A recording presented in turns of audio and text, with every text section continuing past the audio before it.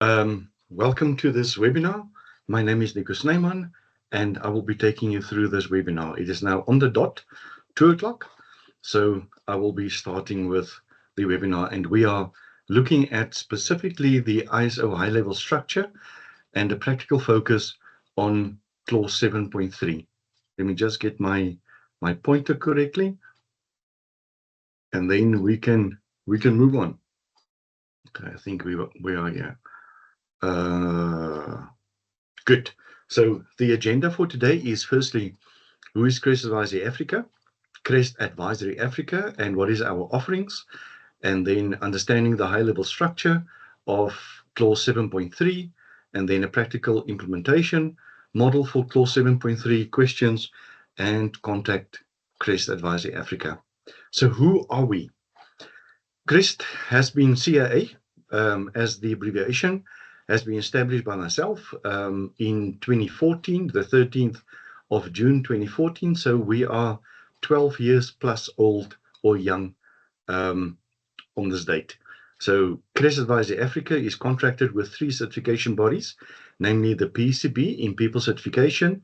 We are working there with specifically with ISO 17024. And then with the MSECB as well as DQS, we are working there with international certifications of companies, and we are working there with ISO 17021-1. So our offerings, we've got 6 offerings here. So the first one is training, second one advisory service, third one leadership development, fourth one is auditing services. Then we've got our ISOlytics GRC software, and then international ISO certification audits that we are doing through these certification bodies. So on the training part, you will see there that we are doing international certification training in various ISOs, about 58 disciplines, and that is across the ISO domains. So from ISO 31000 to ISO 42001, 55,000, that is asset management, etc. Everything that we are doing training on, we are also providing advisory services for. So the implementation of these standards, we are doing that specifically for companies. Then leadership development, as you will see in clause 7 that we are addressing, this is specific, and this is what we need to do to make sure that everybody in this management system conduct themselves as leadership and not only top management. Then auditing services, we are conducting internal audits, risk-based audits, sustainability audits, second-party audits, third-party audits, compliance audits, all those audits we are doing for companies. And then our GRC system, I will get to the GRC system just after this. So in the system, we have got software, GRC software for risk management, audit management, compliance management, and everything that is in the ecosystem that I will show you in the next slide. And then international ISO certification audits, we are doing that with ISO 18788 up to ISO 42001 and 9001, 14, 45,000. In between all of those, we are doing that. And then our ISOlytics ecosystem architecture, as you can see there, we are doing this in terms of incident management, investigation management, forensic management, compliance management, audit management, business continuity, enterprise risk, everything that that is actually required by ISO and the ISO standard. So there's the whole structure and the architecture of our various systems.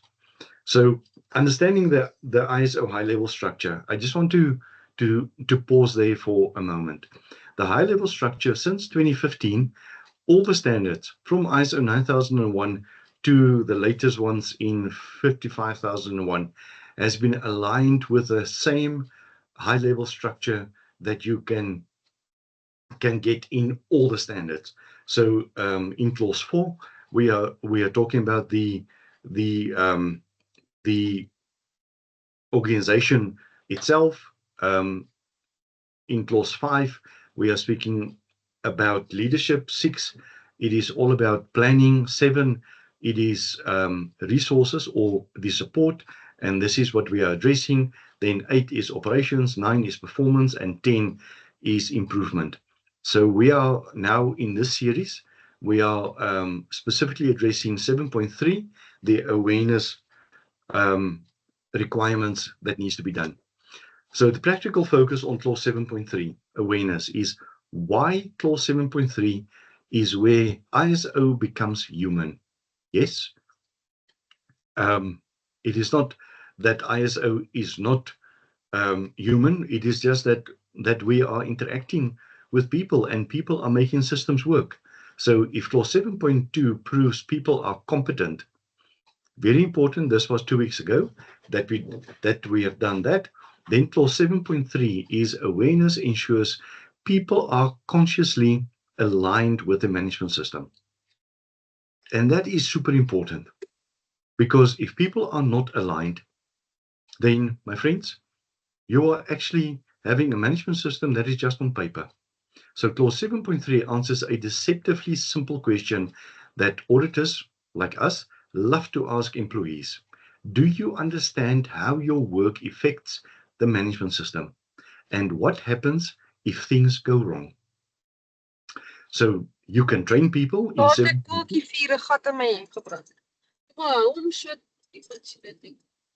Sorry, can I just ask, put yourself on mute, that we don't have the feedback from everybody there. So you can train people on 7.2, resource them in 7.1, and define their roles in 5.3. But if they are not aware, ISO will fail at the point of execution. And that is so true.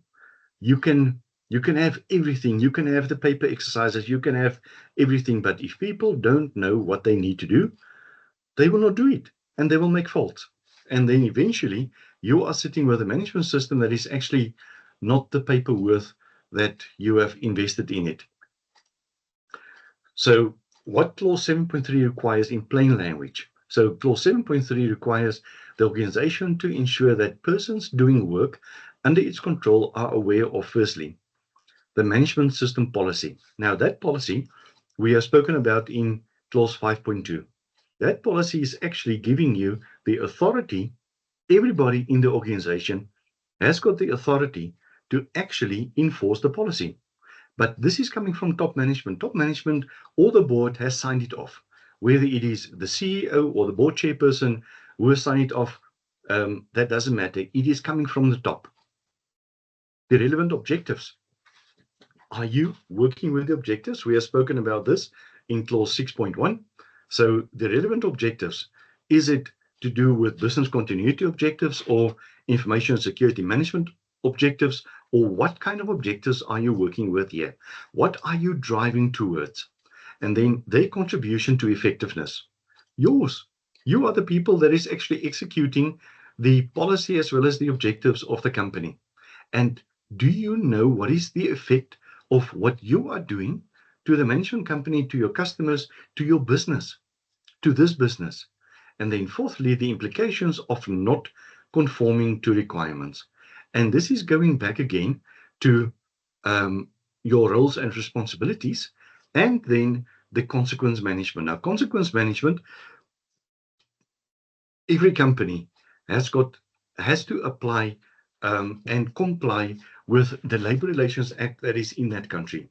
Secondly, in the Labour Relations Act, there are provisions for the discipline code or discipline policy or procedure or something about discipline, where you can align people or manage the consequences. Now, that is the implications of not conforming to the requirements, and that is documented in your discipline code. And in short, people must know why, the what, and the how, and the what if. What if you are doing it wrong? Then you haven't been trained. You are not aware of what you are doing. So awareness versus competence. And this is very critical. So if we're looking internationally and intentionally about competence and awareness, Competence speaks about, can they do the job? Awareness in 7.3 is asking the question, do they understand why it matters? Wow. Do they understand why it matters? Are they just like robots doing it 1, 2, 3, 4, 5? Or are they actually understanding that that contributes to everything else? Competence in skills and ability. And the awareness is asking their understanding and consciousness. Then in competence, outcome capability. And awareness in 7.3 is behavioral alignment. Very important if you're looking at competence as a whole concept. It has got about four dimensions that we are looking at. Firstly, it is looking at knowledge. So your knowledge, what you have studied for, what is your experience, very important there in that knowledge base. The second component or element of competence has to do with skills. What is your emotional your EQ? What is your emotional intelligence? What is your how do you work with Word and Excel and PowerPoint and all those kind of things? That is support systems. How do you handle conflict? How do you work with teams? How do you handle leadership? That is skills that you need to develop, and we are calling that soft skills. So those soft skills need to be developed because that is the component that is actually working with your skills. The third one has to do with behavioral elements. So everything about behavior. Are you a rule breaker? Are you a person that is not listening? What is your behavior, and how do you work with that behavior in the environment where you are working with it? So very important. That is knowledge, skills, behavior, and then that is enveloped in context. Internal context, external context, and legal context. What can you do? What are you allowed to be doing? And what is the context about that? And how do you work with the behavior, the behavior that is needed in this organization? In another organization, if I'm taking it for myself, I was in the police service for 25 years. I was a high-ranking officer there. I had authority. Yes, if I'm speaking, people are standing on attention. They are saluting me. And then I moved over to the corporate environment. That doesn't happen anymore. You don't have it. You can think that you have got it, but you don't have it. You don't have that authority anymore. Absolutely not. So there, you must fit into the behavioral environment that is in that environment. So if you cannot fit in there, you cannot work there. The last one there is often role specific, and organization-wide, that role that is defined in clause 5.3 is super important that you understand it, that you don't only understand what is the knowledge, but also what is the skills that are required there, the behavior in that specific role, and what does it work with the internal context, external context, and your legal context. So a person can be competent and still fail ISO due to a lack of awareness. And I just want to go back. Awareness is about changing people's habits. If you are driving on the national roads and you are not using your safety belt, it's your problem. Your problem. If you are caught, you are getting a fine. All right. But if you are doing the same kind of thing in a mining environment and you are not compliant with safety issues and safety requirements, you can lose your job for a simple thing as a safety requirement. You need to align with the behavioral requirements and the statutory requirements that is needed for that specific job. Whether you are in a bank, whether you are in a mine, whether you are working with a regulator, whether you are working with anything, you need to adapt to that organization's culture. And that culture includes knowledge, skills, and behavior, and the knowledge of the environment, the internal environment, external environment, and the legal environment. So the lack of awareness can be something that you didn't even think of, but you need to comply. So what ISO means by awareness? So firstly, ISO does not mean within awareness is that you read a policy once. No, come on, please.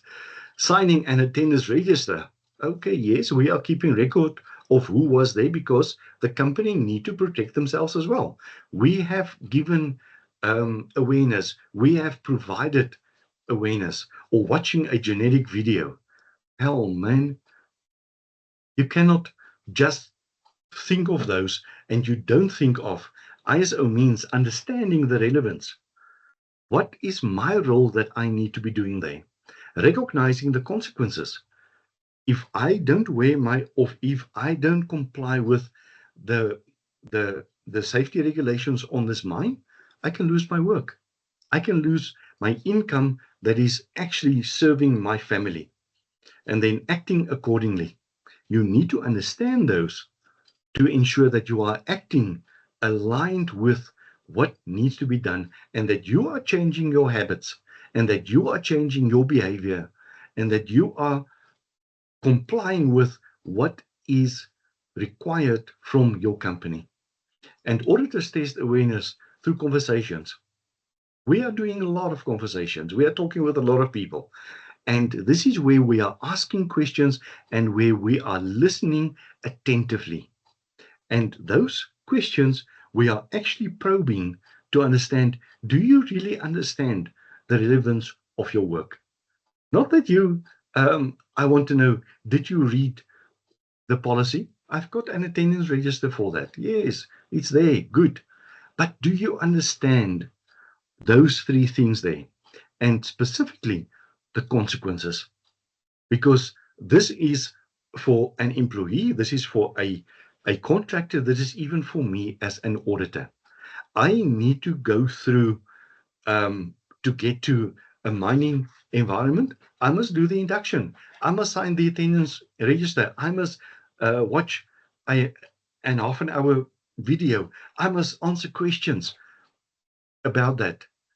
And then when I get on site, I must act accordingly. I must ensure that how my behavior is relevant and applicable on that organization. I cannot say I'm the auditor, I am high and mighty. I cannot do that at all. I am actually very humble. I need to be very humble because I am in your environment. I am in your domain. You are in charge. And you can, if I don't comply and my behavior is bad, you can take me away. Exit me. Terminate my contract. Not terminate me, but terminate my contract. Please do that because that is the requirement. That needs to be done. The four mandatory awareness elements is firstly, awareness of the policy. We have talked about it three or four slides back. And then awareness of the objectives. What is the objectives that you want to have there? That you want to be implemented there? Do people know what is their role in the objectives, in reaching the objectives? Are that measured in your KPIs? Is that aligned with your KPIs? Number three there, awareness of personal contribution. What is your contribution and does it matter? Absolutely. Because a company designs a post for you. They don't decide, okay, we've got 50 posts. We are this kind of a company and we've got 50 posts. And now suddenly you're getting a post. No, there's a lot of design and a lot of discussions and a lot of decisions that is coming into play to even appoint a cleaner or a person for admin or an IT technician. There's job descriptions, there's approvals, there is HR committees that is sitting just to make sure that you are appointed or that you've got the chance to actually submit your CV. to be evaluated to determine, can we appoint you or not? And one of the biggest things there is attitude. And can you change? If people cannot change, whoa, my friends, then you've got problems. One of my employees a few years ago, the guy was, I think, 39, 40, and we had problems with his behavior. And I went to my CEO, I spoke to him, and I said, this guy, we have got him here for the last 2 to 3 years. But his behavior, what we have seen initially and what he is now, the behavior is a problem. And the question was to me, do you think that this person can change? And that was a good question, really, because everybody can change. But if you are sitting with a person that is rigid, that is doing things, not even thinking about anything else, is just rigid, then the question is he going to change? No. So are you going to invest money to actually change that person? Nope. I would rather appoint somebody new, younger, that is not so rigid. And then 4, awareness of consequences. And ISO specifically requires awareness of security incidents, compliance breaches, safety risks, service disruptions, and reputational damage. Oh, reputational damage is huge, and people don't think that they are doing it. Really, I can be rude to a customer. No, you cannot be. You can be correct with a customer, yes. Fear is not the goal, responsibility is. And just remember that. It is not to hire and fire people. Absolutely not. It is to drive the objectives in number 2. I've been speaking about it in clause 6.1 as well, objectives. And this was also in clause 5.1, the objectives, the management system objectives aligned with the strategic objectives of the company. And you need to make sure that people understand it and take responsibility and ownership and act correctly and protect the business. Protect the business. So the practical example of clause 7.3 in action is, firstly, in ISO 27001, expected staff awareness is why information must be protected. What phishing looks like.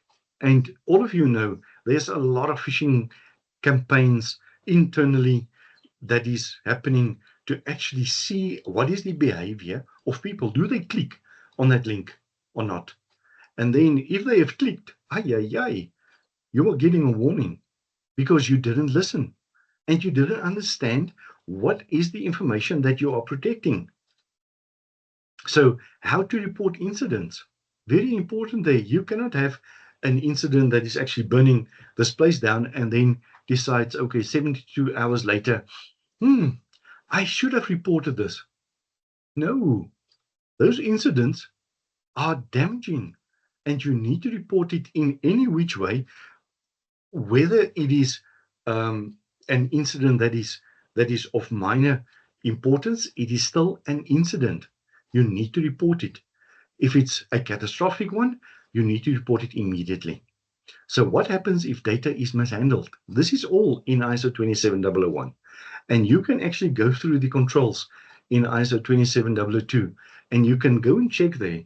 What do we have there? There's 93 controls. What do we have there? And ask the question, did we comply? Did we comply with that control? And super important, we as auditors, the question was, what would you do if you received a suspicious email? The answer is not the policy. Really, it determines the compliance, because this is what we have spoken about just earlier. What phishing looks like. What is a suspicious email? What is a suspicious WhatsApp? What is a suspicious SMS?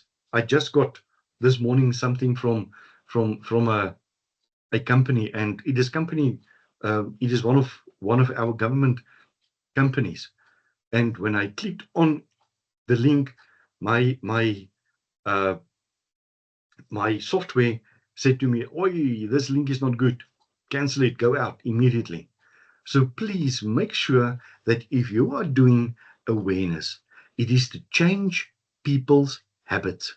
We are so curious to go and click on a link because something is behind something there. There's something behind the screen. We as people are so information hungry that we just want to do things. And then we are missing the total point of everything. So awareness applies to everyone. Everyone. So this applies to executives. Absolutely. Executives must lead the way. Managers must lead by example. Operational staff, absolutely, you must comply with instructions. And contractors, like me, as an auditor, I'm contracted there. Absolutely, it complies with for me as well. And it is actually for us as contractors, it should have been just under the executives because we as contractors, we need to confirm and to conform to your environment. Yes, we are working across the globe and across Africa, and every environment has got its own specialities, and we need to comply with that. And depth varies by role, and relevance does not. It is still relevant. It doesn't matter if you're an executive, a board member, if you are working on my company's software, you shall comply. If I am giving you a laptop, an iPad, doesn't matter what, a cell phone, you shall comply. That is company property. So the depth varies there. Absolutely. But the relevance doesn't. So how to build ISO compliant awareness practically. So effective awareness is short, repeated, role relevant, reinforced over time. It is like a drip campaign. If you are looking at awareness, please go and look at marketing. Marketing is actually, that is awareness. If you are seeing on the TV that I don't want to use but yes, if you are watching at the TV and you are seeing Castle Lager beer or Klipdrift or something, eventually, if you're seeing that 10, 15, 20 times over, the question is going to be, I want to taste it. Yes. And that short 30 seconds advert is awareness. That is awareness. We as companies, we are creating the awareness in your own environment that you are having the need eventually for that.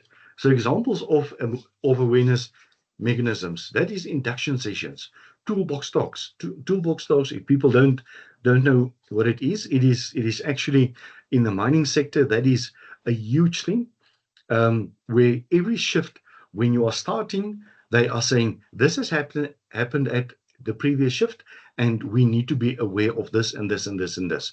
We need to be looking at that. Posters and dashboards. Email campaigns. And guys, email campaigns are so easy. WhatsApp campaigns are so easy. If you're doing SMS campaigns, that is so easy. Simulations, like phishing, what I was talking about. Incident lessons learned, and then management briefings. One of my clients, or not actually one of my clients, my mining clients, every year on a specific date, they have got the CEO that is coming down to the floor and speaking to everybody.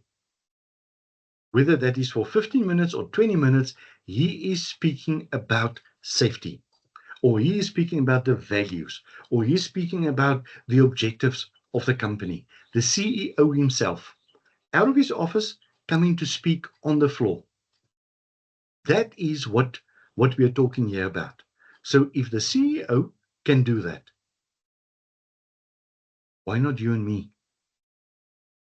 Why can't we have those toolbox talks with every shift? Really, It is just giving people awareness and change their habits. I don't want to say attitudes, it's habits.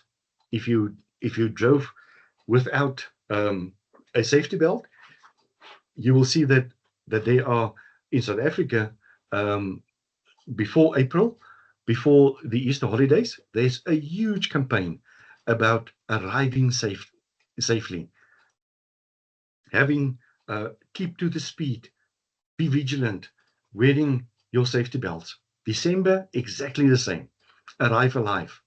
They're calling that arrive alive. So ISO cares less about the method, but more about the result.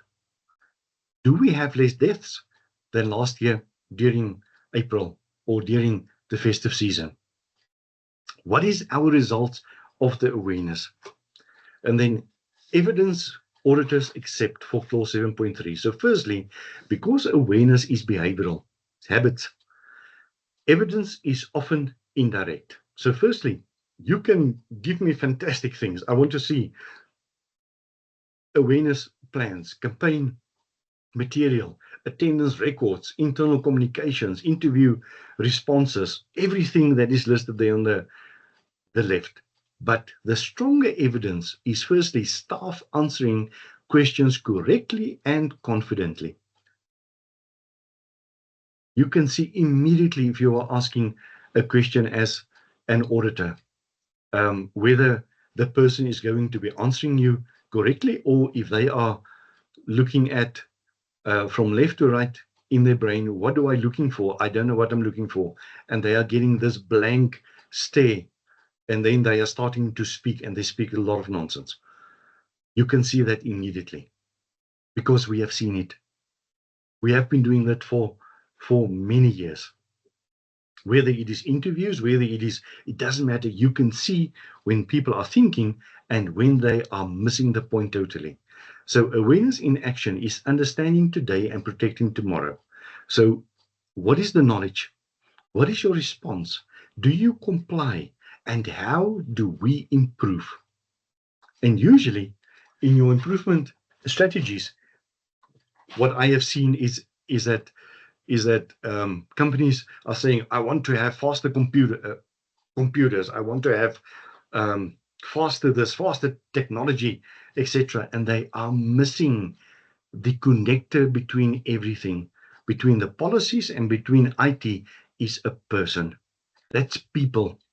How do you work with the people? How do you get the people to understand what they need to do? And that is what we are talking here about. This is an investment in your people, in making sure that people understand and that they change their behavior in a specific into a specific environment. Common audit findings for clause 7.3 is staff that is unaware of the policy. Yes, we've got a policy. It's on the intranet. It's fantastic. It has been sent out to everybody. Really? Okay. Now that a person has clicked that they have read an email, did they open the policy? Do they understand the policy? How did you test it? It is not only for us as external auditors to come and test it. How are you testing it? Awareness confuses training. Very important. Training has to do with that knowledge circle that I was talking about. Knowledge, the technical knowledge in your environment. How do I do X, Y, and Z better? That is training. Awareness is not that. Awareness is changing the behavior and changing habits. Generic awareness with no role relevance. You need to go back to 5.3 and understand what is the roles that you are having here. And guys, we were I have designed communication and awareness and training plans for huge companies, huge universities, etc. And the same message that we are having for the people that is working at the reception, etc., are being done to the board members as well, but in a different format. You cannot have an half an hour explaining to the board. No, you've got an infographic there that you are explaining step by step, quickly. It takes you 5 minutes, because the board is supposed to understand. The board are supposed to have a holistic knowledge of the business.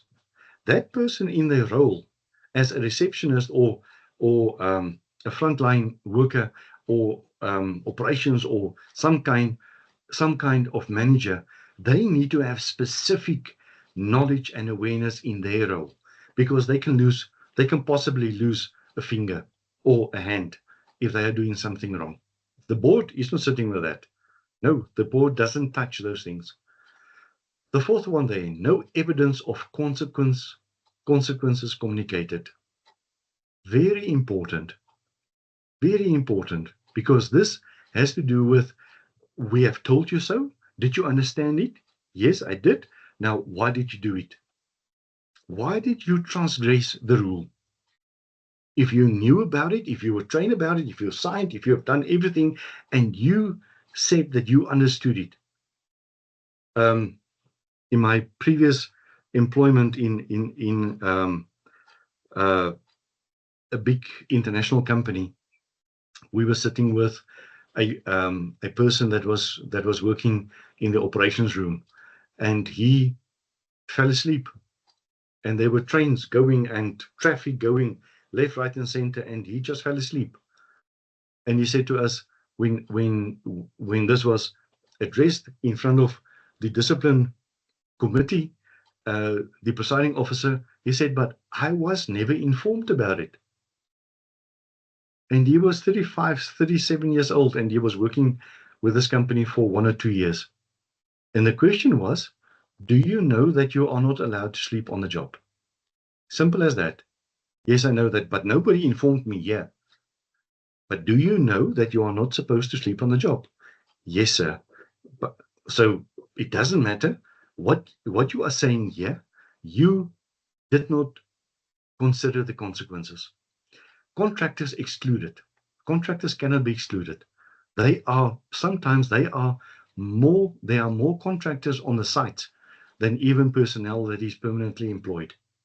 So contractors cannot be excluded. Contractors are the people that is actually doing the operational work. They can lose a finger, a leg, their lives. So you cannot exclude them. The good things is that staff articulate the policy intent. I did an artificial intelligence audit in April for a company in Zimbabwe, and the policy on awareness. I walked through the building and I said, I want to see you, I want to see you, I want to see you, and I want to see you. 4 or 5 people came to my office in front of or the boardroom, and in front of the employees there. I was asking them these things, and they could explain to me, this is the policy. Yes, we have signed for it, but this is what it is actually meaning for us. And the consequences, if I don't do this, is this and this and this. And that is what we want. Simple as that. Did you change behavior? Yes, you did. Clear links to objectives. Role-specific awareness.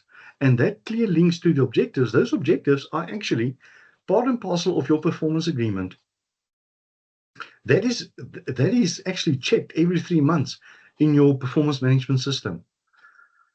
Role-specific awareness. And this is coming back again to 5.3 that I was talking about. You need to be looking at those people that is in a specific role. How can you create awareness there? Evidence of ongoing communication. This is not a once-off thing. And behavior aligns with expectations. The expectations is, I was at the head office of one of the mining companies, and within our tea break, I went to the men's room, and on my way there, I received a call on my cell phone, and I answered it. And I didn't know that these guys had a rule: no walking and talking on your cell phone. About 3 or 4 people came out of their offices chasing me down. I am going to the toilet. I'm on my cell phone. They stopped me, all of them. And they said, put in your cell phone. I said, why? No, there's a rule. Behavior aligns with expectations. If you are walking into this office, your behavior shall be aligned with the expectations that we have set out here. And never again. I will not be embarrassed again. I embarrassed myself, actually. So the practical implementation steps for clause 7.3. So firstly, step 1, identify awareness topics. Hell, guys, there are a lot of them. Whether you are looking at the policy, at the key risks, at objectives, at past incidents, very important that you are addressing this. Very important. So awareness starts with relevance. Is it relevant to us? Is it relevant to me? Is it relevant to my position? Is it relevant to my employment? Is it relevant to me in the business? Yes, it is. So have awareness campaigns. Hell, if I'm looking at, there are 52 weeks in a year. One campaign, 1 week. That is easy. That's easy. Whether you are addressing the policy or the incidents or the objectives or key risks or what is happening there, do it. Put it out on the calendar that you know we are doing this in this week. If we are talking about every 2 weeks, that is about, what's it, 25, 26 campaigns. That's nice. Because then people can see it on their dashboards, they can see it on pamphlets, they can see it at the entrances, they can see it on campaigns, on their emails, and you are changing people's behavior. Second one is tailor awareness by role. As I said earlier in clause 5.3, you've got roles and responsibilities there defined. So management, focus on compliance and responsibilities. Lead by example, ensure policy objectives are met. Operations is focus on processes and implementation and follow the procedures, maintain the quality and consistency. If you're talking about frontline staff, is focus on safety and impact. This is where they can lose their lives. And your actions protect people and their organization. And then support teams focus on communication and response and provide accurate info, support others effectively. And specialist roles apply for expertise. The top one there, focus on risks and prevention. All of these are linking together. So apply your expertise, manage risks proactively, and this need to be tailored specifically. Guys, it is so important. You cannot have a generic thing, really. You cannot say that the same message what we are giving to the board that is cryptic, we are giving it to the operations people. Please be safe. Wow, that is so far from being awareness in changing habits that you can actually not count it as an awareness. So different roles, different focus, same goal, aware, align, and accountable. I just want to go back to that one. The same goal here is be aware, be aligned with the organization, and be accountable. Step 3, communicate regularly. This needs to be on a weekly basis, on a monthly basis, on a quarterly basis. You can plan what you need to plan there, but it needs to be ongoing awareness and not only an annual event. So firstly, your regular updates. How do you share what's new and what is important? And this is coming back to, you remember what I was talking about in competence, knowledge, skills, behavior, and context. So regular updates. Is there changes in the legislation? Is there changes in X, Y, and Z? Those changes need to be communicated. It needs to be communicated either through HR or compliance or signed off by the MD or the CEO, but regular updates. Timely reminders, reinforce the key messages constantly. A once-off thing is not good. Then engaging content, use varied formats to keep it relevant and interesting. Continuous reinforcement. This is what in marketing, what we are speaking about in terms of drip campaigns.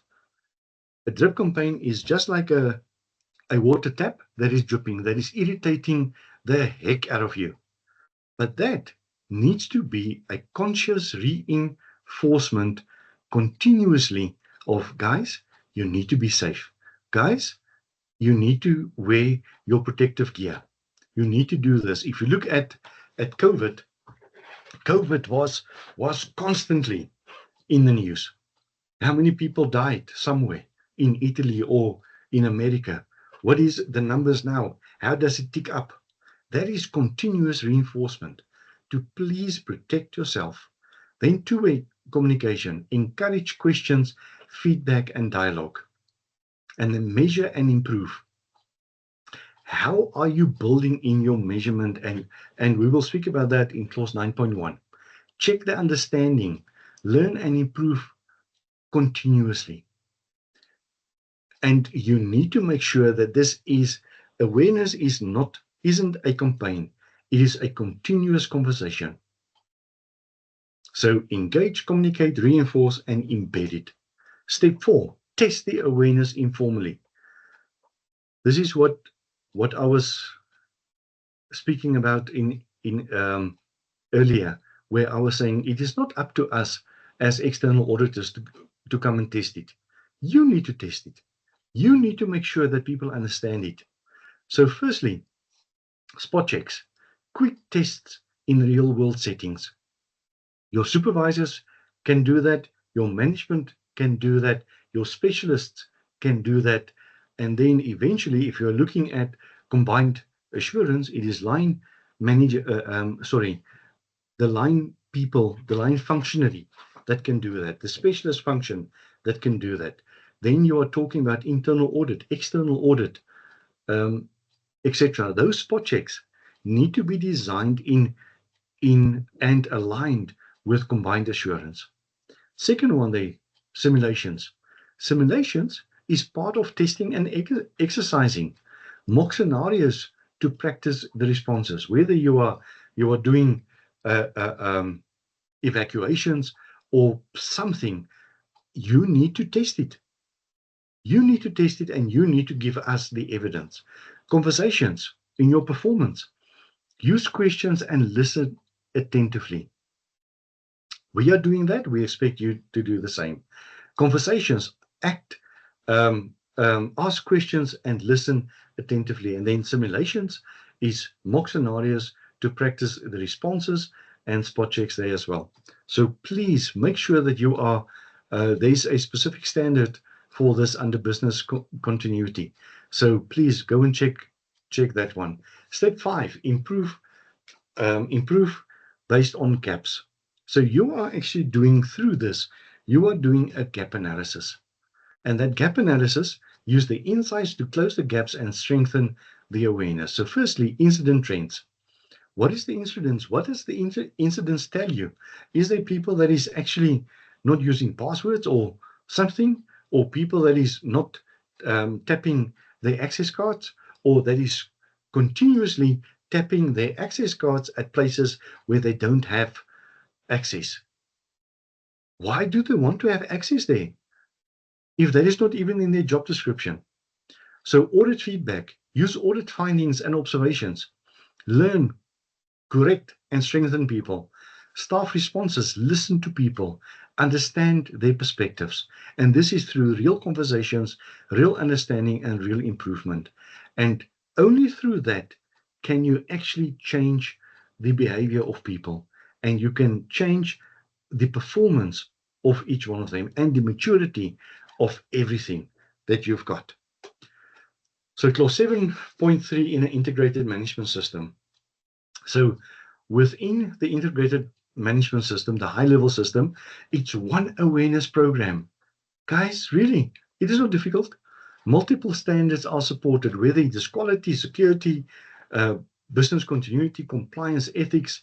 Clause 7.3 turns ISO into culture, not paperwork. People are speaking about this is the culture of this organization. Okay, when was the culture created?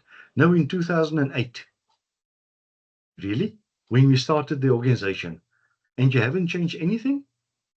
We are now in 2026? Nope. That is not culture. That is neglect. Culture is what did you build? What is the culture in discipline? No, people are getting away with it. Okay, so that is the culture that you are actually saying to me. You can give out passwords, you can put your business at risk, you can fail your objectives, but that is the culture of the organization. No, that is not culture. That is really dismantling your own business and putting everybody at risk. So the strategic value of clause 7.3. So when implemented properly, 7.3 reduces human error, improves incident reporting, strengthening controls effectiveness, enhances the audit confidence, build organizational culture. And in mature organizations, awareness is not a compliance activity. It is how behavior is shaped. Remember, going back again to competence, competence is knowledge, skills, behavior, and then context. Internal context, external context, and legal context. You are shaping the business. You are creating this business organizational culture that is a compliant process. Yes, it's hard work initially, but if that is snowballing, guys, everybody that's coming into the organization, I want to give you an example here quickly. As you know, I was an executive with the Gautrain, and the culture that we had to change for users of our system was you don't take a chance on safety. You don't take a chance on security. You comply with the orders. You comply with everything. This is not the same as the metro trains. This is not the same as any other train. You cannot do what you want because we are sitting with clientele that is coming from overseas, from everywhere. And the biggest change that I could imagine was not chewing gum. Hell, I didn't even think that was. We went through a whole process of actually getting the Gautrain rules to get that approved through Parliament. Yes, through Parliament. So if people transgressed, we could arrest them. And we have got the opportunity or the actual right to give people a fine. So chewing bubblegum on the Gautrain system was a fine initially of 700 Rand. 700 Rand. So we had to change our people's behavior.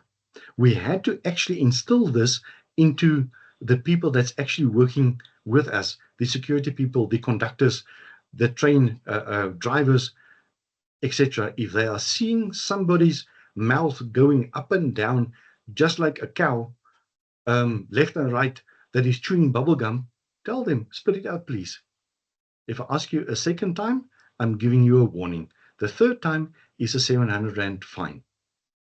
And we can blacklist you for that chappie that you were. And that got into the newspapers. It got everywhere. It was even investigated by the Human Rights Commission. And we have the right to do that. It's our environment. You are not going to take that chappie and put it on the seat, and then somebody with their Armani suit is sitting on it and after that they are going to a meeting in Sandton with the top companies. And then everybody's asking, what happened with your suit? No, it was on the Gautrain. It is reputational damage. Chappies. All the other things. It did not make the newspapers anyway. Chappies did. So closing thought, 7.3 quietly enforces one of ISO's most important truths.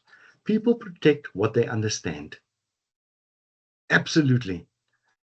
we had to explain these things, the chappy thing, to everybody in the simplest manner. Reputational damage, people's embarrassment, everything. The parliament that is actually signed off on it. We did that. So ISO does not expect employees to quote clauses. It expects them to act consciously and responsibly.